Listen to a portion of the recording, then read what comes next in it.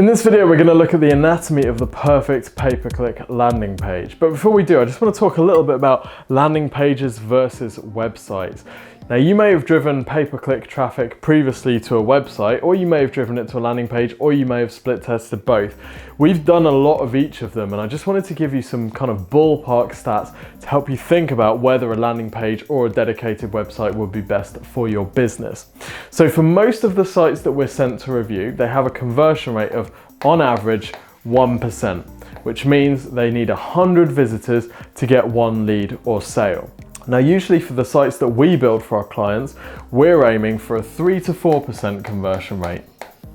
And it's not uncommon for us to hit 6% conversion rate across a website. So that means on 100 visitors that hit that website, 6 of them are turning into leads or sales. And I'll talk you through some of the elements that we use to get much higher conversion rates than average in just a minute. Now, for landing pages, specific landing pages, so that a landing page is just one page which doesn't have a menu, it doesn't link people through to the rest of the website, it's just one very focused page with one goal designed for one type of traffic.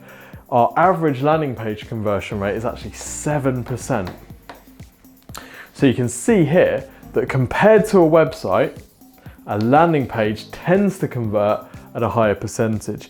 Now, there are some times where you really want to drive traffic through to a website. For example, if it's quite a considered purchase, people are going to need a lot of information. If it's a very straightforward, very simple offer, then a landing page can be really good and is an absolute no-brainer. If it needs a bit more research, then a website can make sense, but often a landing page can outperform it. Whether you're driving traffic to a dedicated landing page or a website, we found the same components to be really important on each. And when we're building a website, we actually use a landing page layout for the different pages on that site specifically for this reason. So what are the components of a successful pay-per-click landing page? Well, the first is a really clear headline. As a rule, you can't be too clear with your headline. If I'm looking to buy an engagement ring online, for example, it's a bit late for that, but if I was looking to buy an engagement ring online and I type buy engagement ring online and I click on an ad that says buy engagement ring online, what do you think the perfect headline on that landing page would be?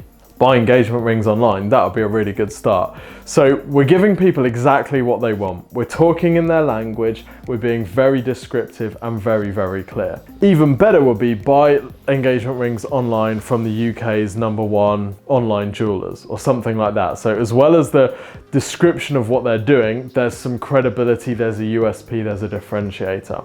So that's the first component in this headline.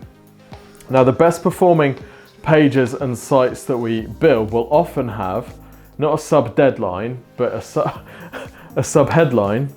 The sub-headline might go into a bit more detail about why people tend to buy from this particular website. So again, it's USPs. You might have like star ratings. So some kind of credibility here. You might have, free delivery over whatever. So there's some reasons that you might want to choose this particular business. The next element on the page will be some form of credibility. So if the star ratings haven't appeared there, then they might appear next on the page here.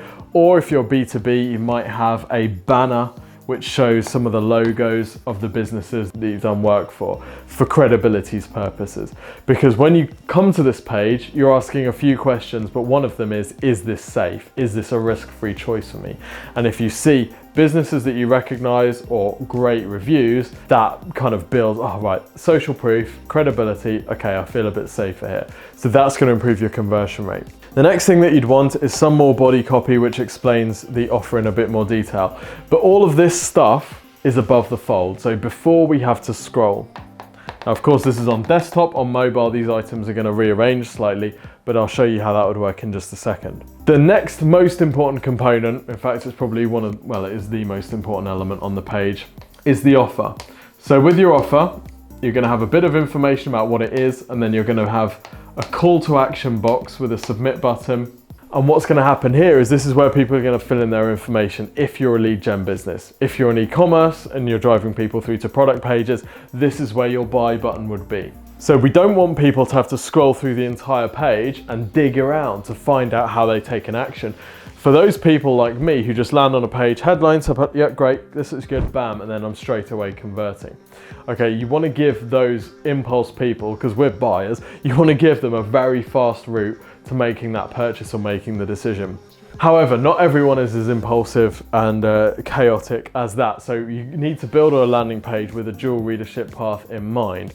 And a dual readership path means some people need a bit more of a logical argument before they make a decision. So the logical argument is the body copy. We might need some credibility through personality pieces, so a picture of a face can really help, a bit of info about the business perhaps, a bit of info, a bit more about the products and services, and then we need to start echoing the elements that we've seen here, because some people won't have seen all of this, or that won't have been enough credibility for them, right? So what we might need to do is have some testimonials from people. We might need to have some more information about reviews and stars. Basically, we're just taking these elements and echoing them over and over and over again until people have seen enough that they're going to buy. The other thing that's really important to echo is this CTA box. What we don't want is for people to get all the way down the page and then think, oh yeah, what was I supposed to do? And then they either have to scroll back or they've completely forgotten. So what we're going to do is echo that call to action throughout the page. Right, so when we're building a landing page, we'll often have a slightly different way of showing that form, but we'll have it appearing further down the page. And then when we're building a website, we'll even have a CTA form in the footer for people who get right to the bottom of the page and haven't converted yet. Now, the number of people that actually fill in that form is very low, but it's people that might not have filled in another form any other way. So that is what your landing page is going to look like on desktop. Now on mobile, it's really important that the order of these elements isn't messed up from what people would be expecting to see. So on mobile, where we're obviously going to have a slimmer screen, let's say that is our mobile screen, we're going to have our headline, we're going to have our subhead, we're going to have a bit of credibility, and then we're going to have the form there. So what we're not going to do is put the form right at the top, because people won't have enough information yet to fill in that form. At the same time, we're not going to put all of the body copy on top of that form, because then the impulsive people are just going to be like, oh, forget it, go back straight to Google. So we want to give them the form early enough that they have the information that they need so they can make a decision, but not so early that they don't have any info yet. And then we're just going to repeat these elements, but stack them in a way that the call to action is appearing typically every 3 page scrolls or so on mobile. So it's, you know, they're seeing it every so often. They're not going for miles and miles and miles before they see a call to action. So those are the elements of a successful landing page. And as we saw earlier, when we were looking at the formula which defines the profitability of an ad campaign, the conversion rate of your site is really, really important. This is absolutely key, and another reason why a dedicated landing page can often make sense.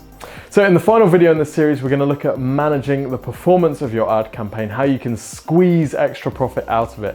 Because to be honest, when we're managing ad campaigns for clients, this is where all the profit is for those clients. So I'll see you in the next video.